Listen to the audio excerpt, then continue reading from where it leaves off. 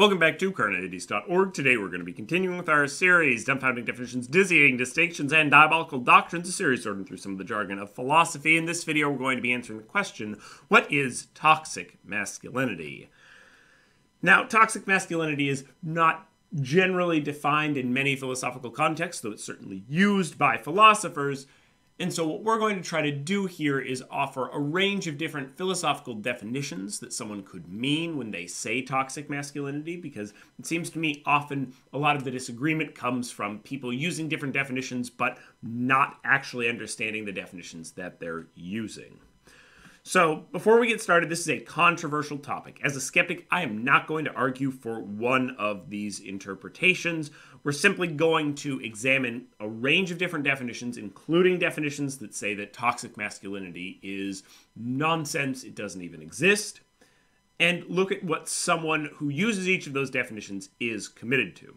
I encourage you to support or critique each of these positions in the comments, but please refer to which position you are discussing when you do so, because, as I said, some of these positions actually critique toxic masculinity and say it doesn't really exist, and there's important ways that it doesn't exist. And some of them say that it very much does exist, and it has deep moral characteristics. If you say, broadly, all of those positions in one bucket are problematic because XYZ, you're not really saying anything, because those are completely different positions on opposite sides of the spectrum. So tell me which version of this position you are critiquing in the comments or along the side if you're watching this video live. And please, if you're not watching this video live, so you're not just chatting with me along the side, don't just throw your opinions in the comments without watching the whole video and seeing what this video has to add to the conversation. Because I think, hopefully, we can at least deal with some of the issues of communication and miscommunication where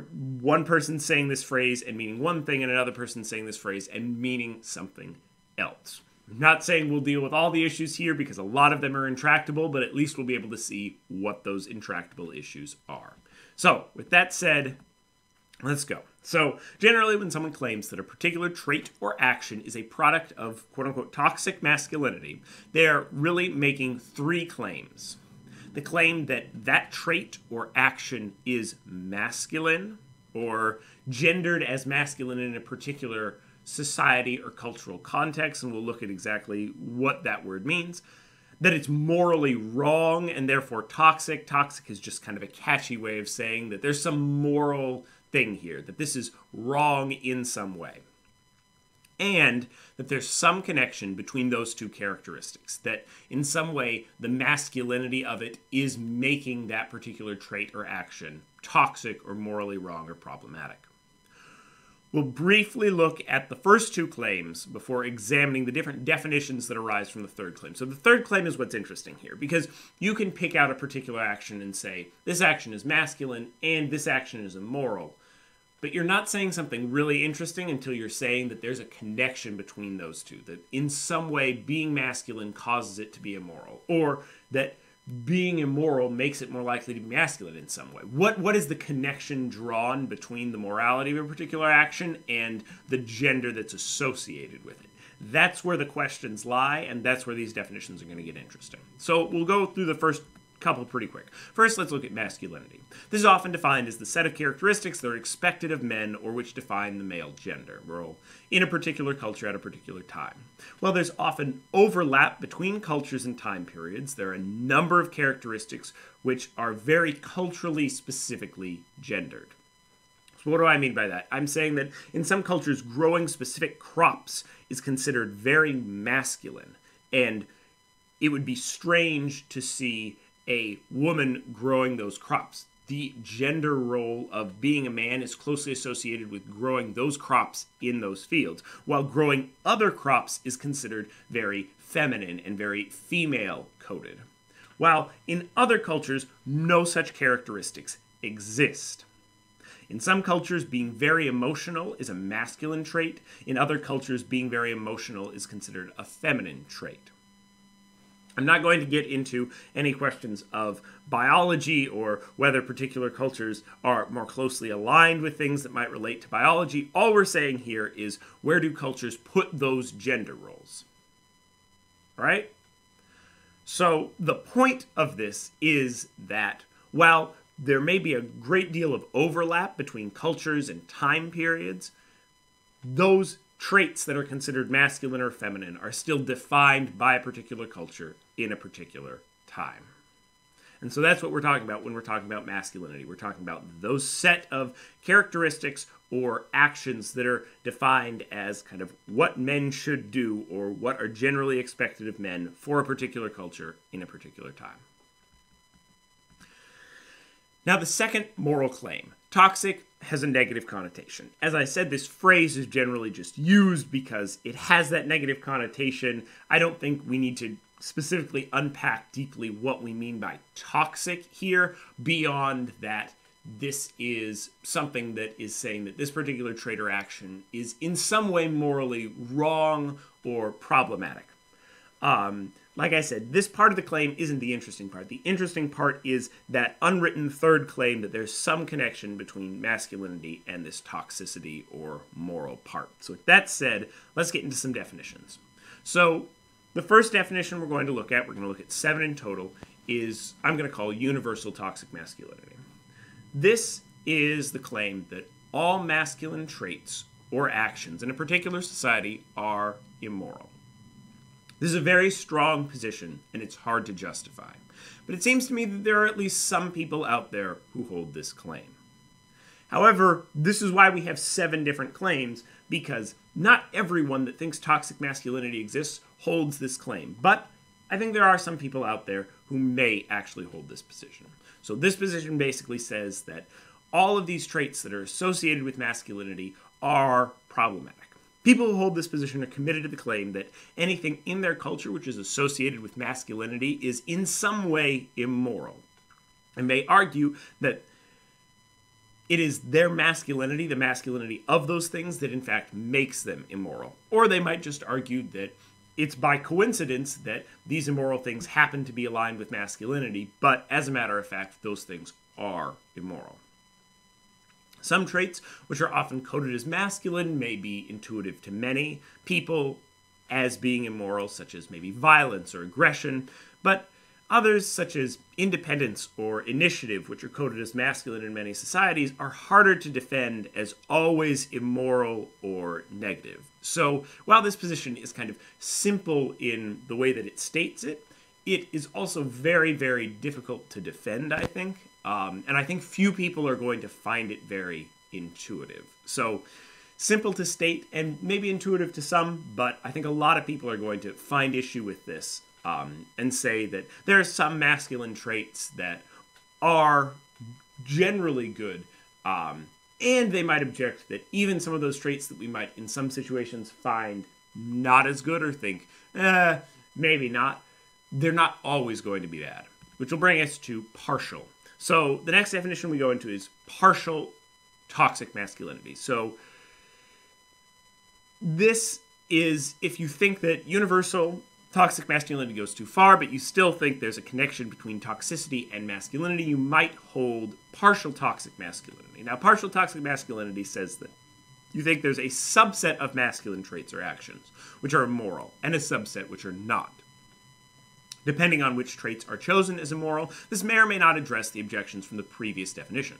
Someone that holds this view likely justifies the immorality of particular traits or actions, not in reference necessarily to their masculinity, but rather using another ethical framework, such as consequentialism or deontology.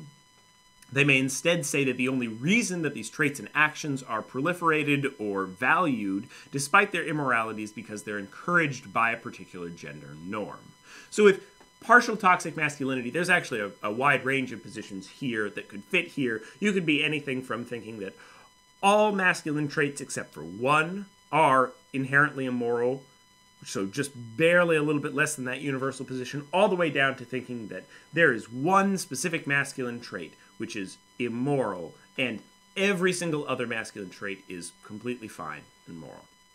So there's a wide range of someone that holds this position, and so you'd have to define exactly where you fall on that spectrum. And like I said, someone might say that the connection, that third claim, is that these traits are not always seen as immoral by society, even though that they should be, because they're associated with a particular gender role. Now, you may be concerned with even a minimalist proponent of toxic masculinity that holds just one masculine trait, say violence, is always wrong, if you believe that there are some situations in which violence is moral. If you think that there are no situations in which violence is moral, this may be a good position for you.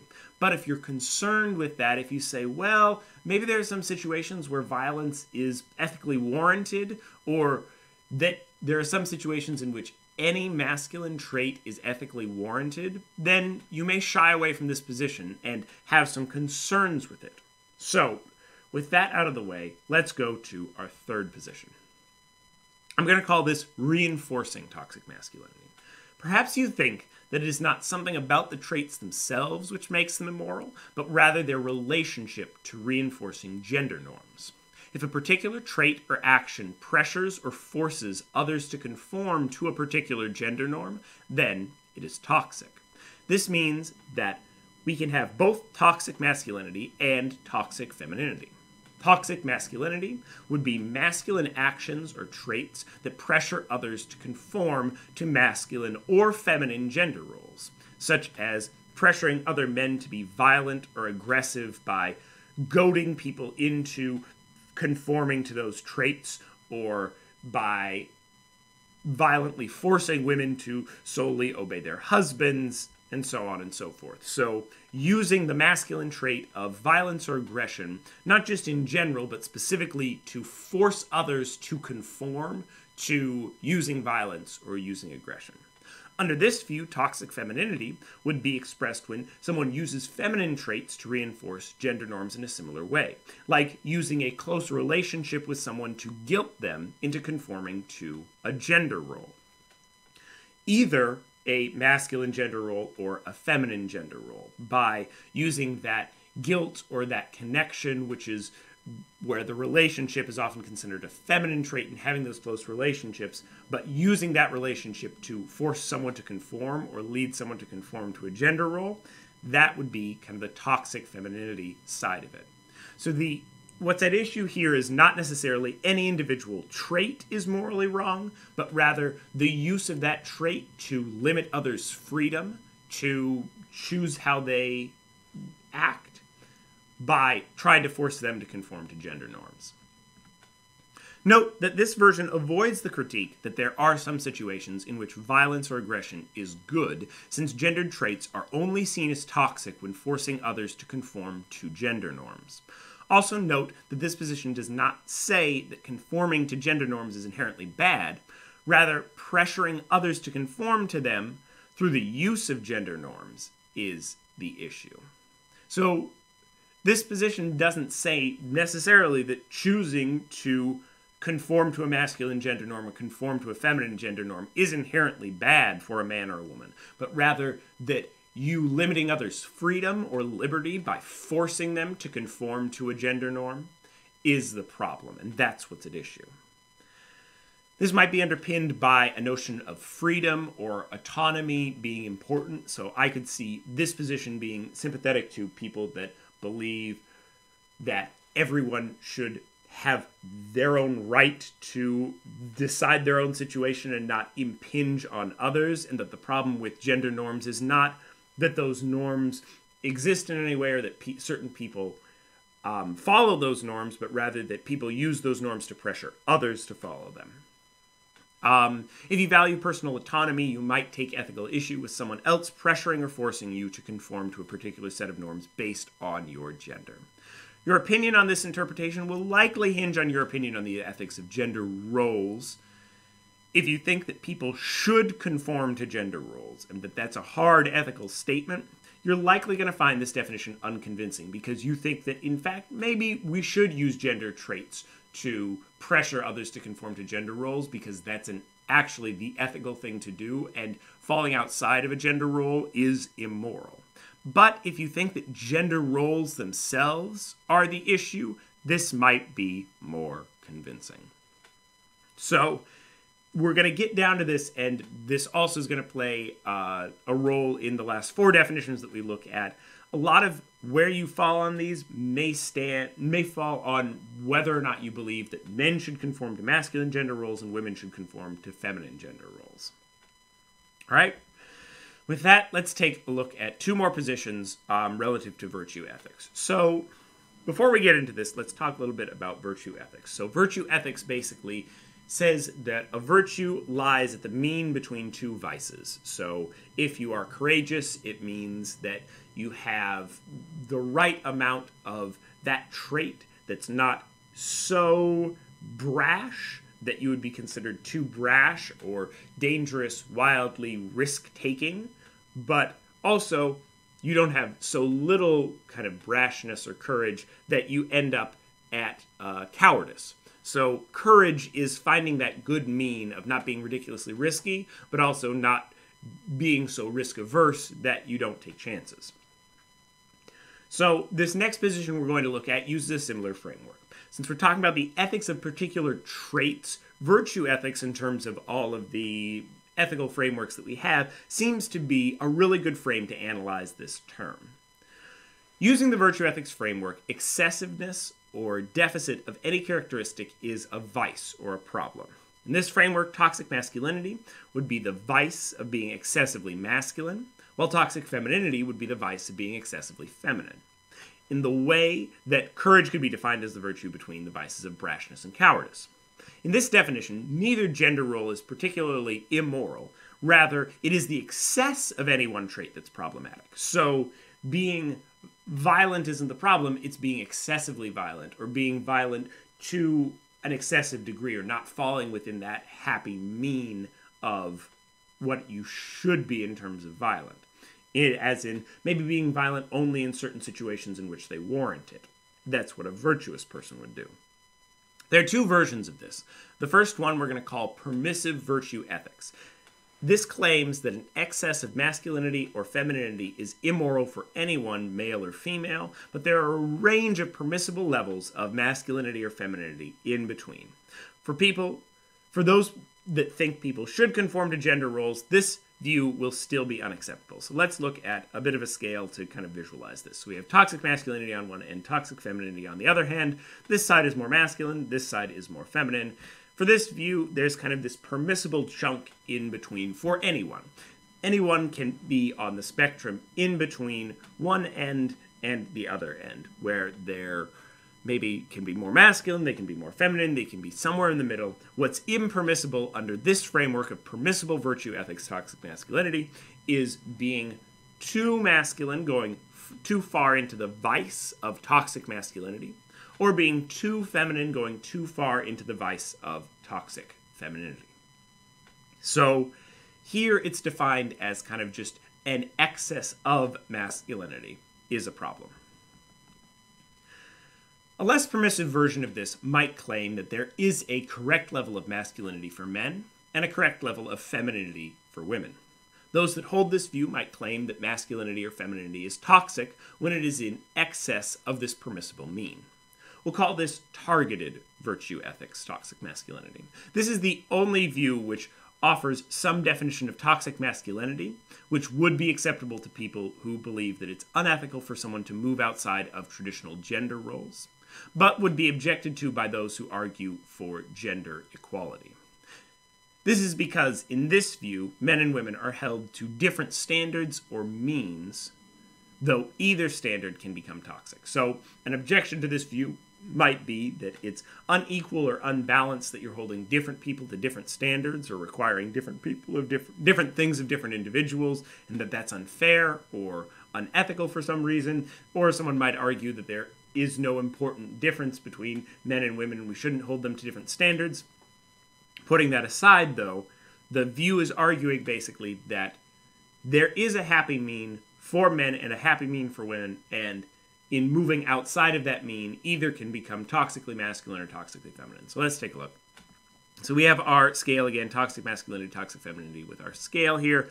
For women, we have this permissible mean that's somewhere on the feminine side, and it's basically saying that you can have that toxic femininity of an excess of femininity. And for a woman, you could have that toxic masculinity, an excess of masculinity. But your permissible mean falls in a much smaller range than we had previously. Remember, previously we had that big long line that encompassed most of our scale. You just couldn't go really at either end. Here it's saying that really there's one spot where women belong that's permissible, and being too feminine or too masculine off of that spot is impermissible. And similarly for men, there's one spot where men belong on that scale. If you're too masculine, that's a vice. If you're too feminine, still a vice. The virtue lies somewhere in the middle, and we're kind of going to disaggregate those virtues for men and women. Like I said, people that believe in equality of the genders are probably going to have a big issue with this because we're setting different standards for different people. But that doesn't mean that there's not people out there that hold this position or would say that really what I mean when I say toxic masculinity is that men belong in one spot and they're too far on that masculine scale. Okay? Finally, we're going to get to two positions which I'm going to call negating toxic masculinity. These are the positions which actually think that toxic masculinity is nonsense. They say that there isn't some connection. They deny that third claim that there's some connection between a particular action being immoral and it being masculine. So, there's a view that no level of a masculine trait is toxic. This is not so much a definition of toxic masculinity, but rather a repudiation of it. But to give a whole scope of views that you might have on this position, I wanted to cover them as well. Under this view, the immorality of particular traits or actions does not have any connection to whether they are masculine-coded or feminine-coded in a particular society. As with the previous view, there are two versions of this. Permissive negating holds that there is no level of masculine or feminine traits which are immoral for either men or women. This is the most permissive of all the positions, but might be criticized for being too ethically permissive. For anyone that thinks that there's some connection between these gender roles and ethics, they might find that this permissive negating is too ethically permissive. It allows too much. That in fact, there are things you should do relative to these gender roles.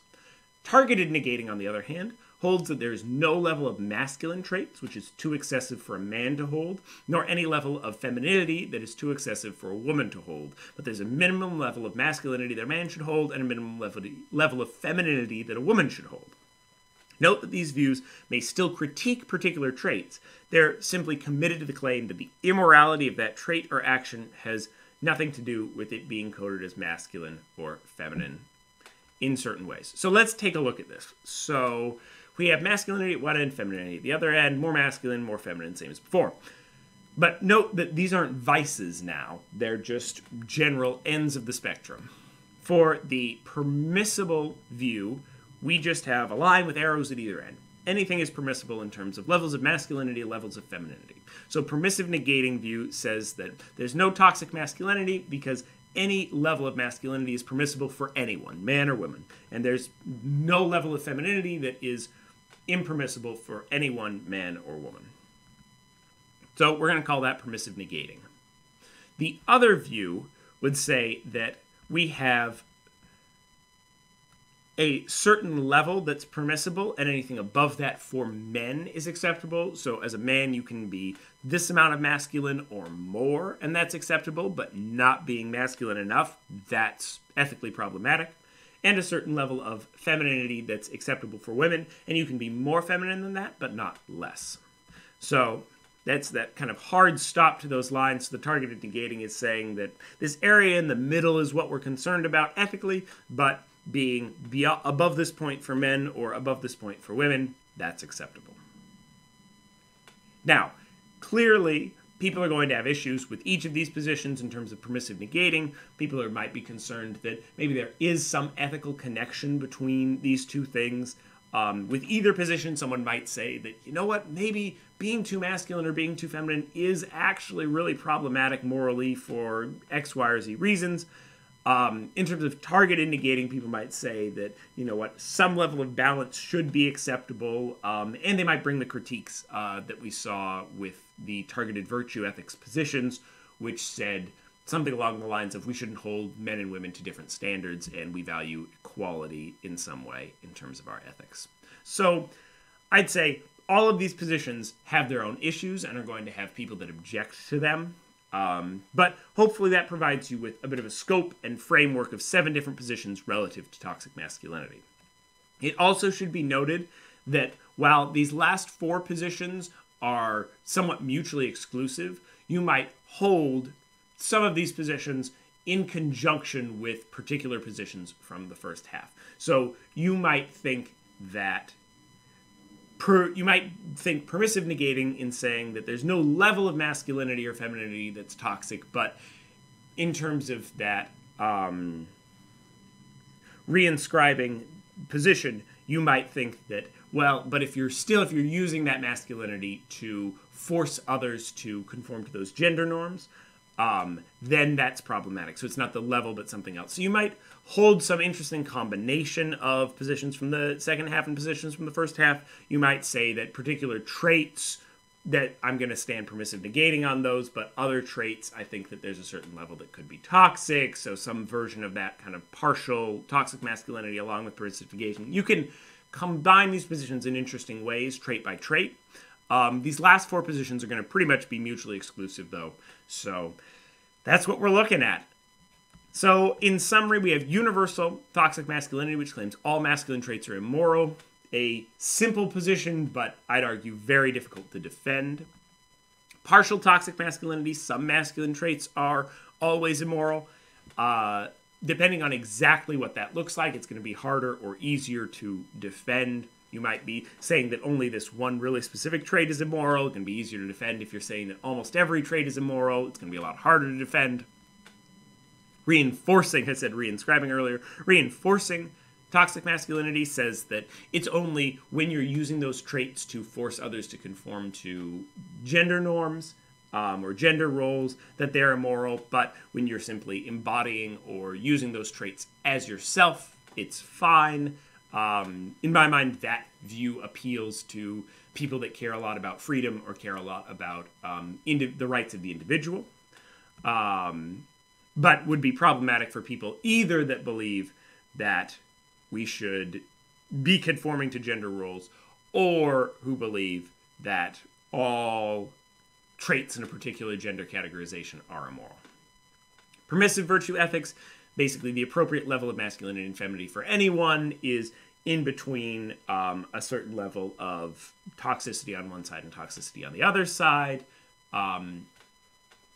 That would be probably persuasive for someone that thinks that we shouldn't have too much masculinity or too much femininity, but doesn't want to distinguish between the standards that we hold for men and women, has kind of an equality view, or that might be a value in that person's system of ethics, whereas targeted virtue ethics has more of that value of there should be a different standard for men and women, but even within that standard, you can still have a man that's too masculine or a woman that's too feminine, or a man that's too feminine or a woman that's too masculine.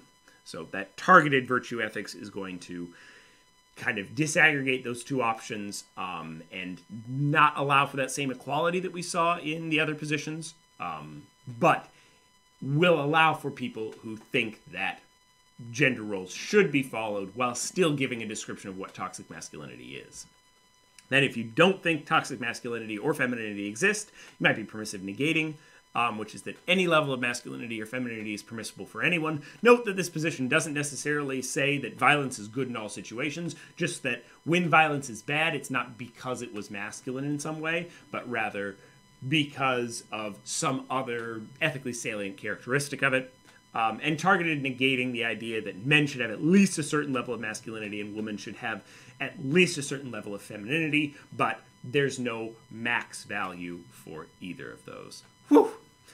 So hopefully those 7 positions are out there. I encourage you, critique the positions. Say in the comments what position you think you're most closely aligned with in terms of your own intuitions, and try to defend it. See if there's good arguments for it or against it. I think it's a very interesting debate. As a skeptic, I don't hold to any of them. I'm skeptical that even words exist. So, what do you think? Do you fall into any of these categories? If so, what argument would you make in favor of your position? If not, what arguments would you make against the other positions? Do you think that there's something else that people mean other than these 7 definitions that are offered here when they say a particular trait or action is toxic masculinity? As noted in the beginning, please be specific with which version of toxic masculinity you are referring to in your comments, because as we saw, they are very, very different. So, specific definitions in the comments, please, but please do comment. Please defend your ideas and critique others. I think there's a lot of interesting debate here, and as a skeptic, I don't know what's right. So, watch this video and more here at Carneades.org, and stay skeptical, everybody.